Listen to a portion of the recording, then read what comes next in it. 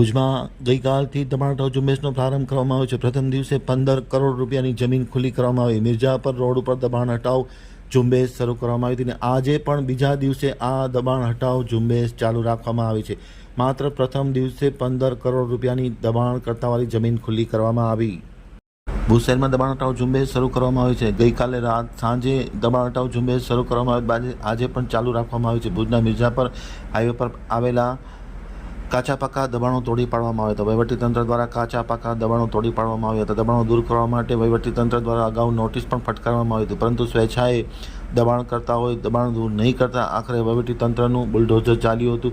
આશરે 15 કરોડ રૂપિયાની જમીન છૂટી કરવામાં આવી છે। આગામી દિવસોમાં પણ દબાણ દૂર કરવાની ઝુંબેશ ચાલુ રાખવાની જાહેરાત થઈ હતી, જેના ભાગરૂપે આજે બીજા દિવસે પણ દબાણ હટાવ ઝુંબેશ ચાલુ રાખવામાં આવી। માત્ર પ્રથમ દિવસે 15 કરોડ રૂપિયાની જે દબાણ કરતાવાળી જમીન હતી તે વહીવટીતંત્રએ ખુલ્લી કરવામાં આવી છે। જિલ્લા કલેક્ટર આનંદ પટેલના નેતૃત્વ હેઠળ મુખ્ય અધિકારી અને પ્રાંત અધિકારી ડૉક્ટર અનિલ જાદવ તથા પોલીસનો કાફલો સાથે રાખી અને દબાણ હટાવ ઝુંબેશ શરૂ કરવામાં આવી હતી અને આજે પણ જારી રાખવામાં આવી છે।